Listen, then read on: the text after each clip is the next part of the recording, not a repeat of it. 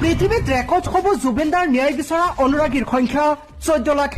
#justice for Zubeen Garg হলেই পৃথিৱীৰ ভিতৰত সামাজিক মাধ্যম ফেচবুকৰ জৰিয়তে তথা ডিজিটেল আন্দোলনৰ জৰিয়তে ন্যায় বিচৰা অনুৰাগীৰ সংখ্যা ফেচবুকৰ জৰিয়তে জাৰা নামৰ এগৰাকী যুৱতীৰ বাবে ন্যায় বিচাৰি পোষ্ট কৰিছিল পৃথিৱীৰ ভিতৰত সৰ্বাধিক লোকে অৰ্থাৎ 13 লাখ লোকে ফেচবুকৰ জৰিয়তে #জাষ্টিছ ফৰ জাৰা বুলি পোষ্ট কৰিছিল আৰু এতিয়া জুবিন গাৰ্গৰ মৃত্যুৰ ন্যায় বিচাৰি